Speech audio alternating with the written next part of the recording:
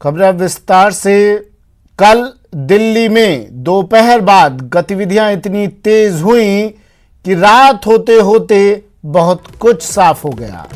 बगावती तेवरों के साथ सचिन पायलट ने दिल्ली में राहुल और प्रियंका गांधी से मुलाकात की और फिर चीजें सामान्य होकर अपनी पूर्ववत स्थिति की ओर लौटने लगी। सचिन पायलट की कांग्रेस में वापसी हो गई है। राहुल प्रियंका से मुलाकात करने के बाद सचिन पायलट मान गए हैं और अब राजस्थान आने को तैयार हैं। आज दिन भर सियासी संकट पर गतिविधियां और तेज होने वाली हैं। आज फिर जैसलमेर जाएंगे मुख्यमंत्री अशोक गहलोत। सुलह के बाद आज सचिन पायलट भी जयपुर लौट आएंगे। 3 सदस्यीय कमेटी शिकायतों की जांच करेगी। सूर्यगढ़ में कांग्रेस विधायक दल की बैठक भी आज हो सकती है। सचिन पायलट ने इससे पहले कहा कि पद नहीं, यह आत्मसम्मान की लड़ाई थी।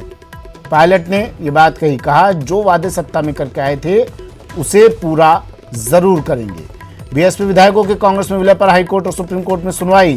बीएसपी विधायकों के दल बदल पर विधानसभा में एक और याचिका लगाई गई है और आज विधायक दल की बैठक, बीजेपी विधायक दल की बैठक नहीं होगी। क्या कुछ आज रहने वाला, ये तमाम सियासी घटनाक्रम ग्राफिक्स के जरिए हम आपको बता रहे हैं। इस बीच राजेंद्र राठौड़ उपनेता प्रतिपक्ष, कहा उन्होंने न्यूज 18 से खास बात करते हुए कि हीरो और विलेन दोनों ही कांग्रेस में हैं। प्रदेश में करीब 1 महीने से जारी सियासी खींचतान का अंत होता दिख रहा है। देर रात आलाकमान से लंबी बातचीत के बाद सचिन पायलट खेमे ने पार्टी से सुलह कर ली।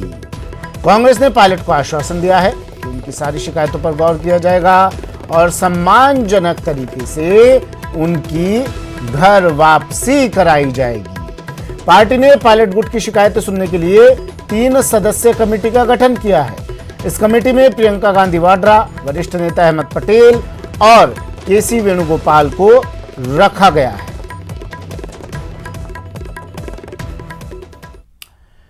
चलिए आपको इस पूरे सियासी घटनाक्रम के बारे में एक एक कर बता देते हैं कि आखिर कैसे माने सचिन पायलट।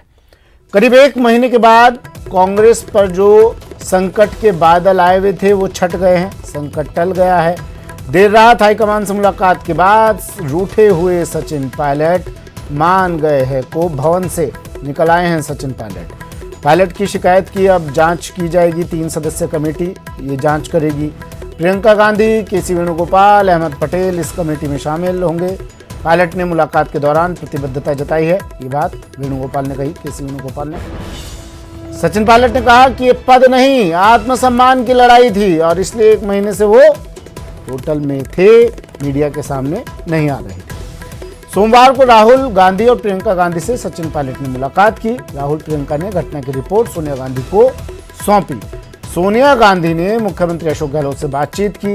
पायलट खेमे के विधायक भंवरलाल शर्मा ने इससे पहले मुख्यमंत्री से मुलाकात की थी। भंवरलाल शर्मा ने पार्टी में एकजुटता का दावा किया।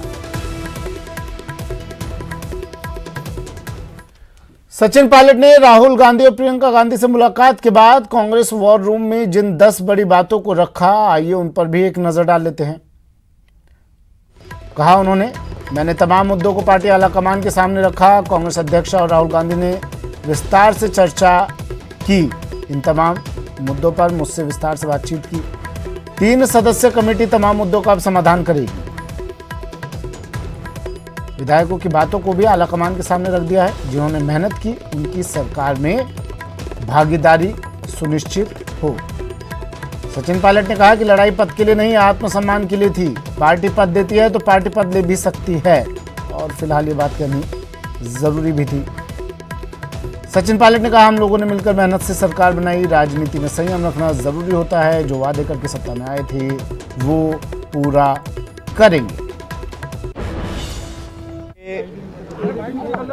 सरकार के और संगठन के कई सारे ऐसे मुद्दे थे जिसको हम रेखांकित करना चाहते थे और मैंने जो इशू उठाया था, चाहे वो देशद्रोह का मुकदमा एसओजी वाला हो या हमें काम करने का जो तरीका था उसमें जो आपत्तियां थी, उन सब के बारे में हमने बताया और मैंने शुरू से इस बात को कहा कि जो मुद्दे हैं वो सैद्धांतिक हैं और मुझे लगता था कि पार्टी के हित में उन बातों को उठाना बहुत ज़रूरी था। जब मुझे लगा कि इन बातों में जहां पर मुझे आपत्तियां थीं या जहां पर मुझे लगा कि अपनी बात रखना बहुत ज़रूरी है, तो कांग्रेस के समक्ष मैंने उस बात को रखा। मुझे खुशी है कि कांग्रेस अध्यक्ष ने, पूर्व अध्यक्ष राहुल गांधी जी ने, प्रियंका जी ने, हम सब ने विस्तार से आज चर्चा करी और हमारे जो साथी विधायक हैं उन सब की बातों को, उन सब के कंसर्न्स को हमने प्लेटफॉर्म पर रखा है और मुझे आश्वासित भी किया गया है। मैं धन्यवाद देता हूं इस बात का कि ये 3 सदस्यीय कमेटी बनकर बहुत जल्द उन तमाम मुद्दों का निराकरण करेंगे जो मुद्दे हम लोगों ने उठाए हैं। पार्टी पद देती है, पार्टी पद ले भी सकती है। मुझे पद की बहुत लालसा नहीं है, लेकिन मैं चाहता था जो मान सम्मान स्वाभिमान की बात हम लोगों ने करी थी वो बनी रहे।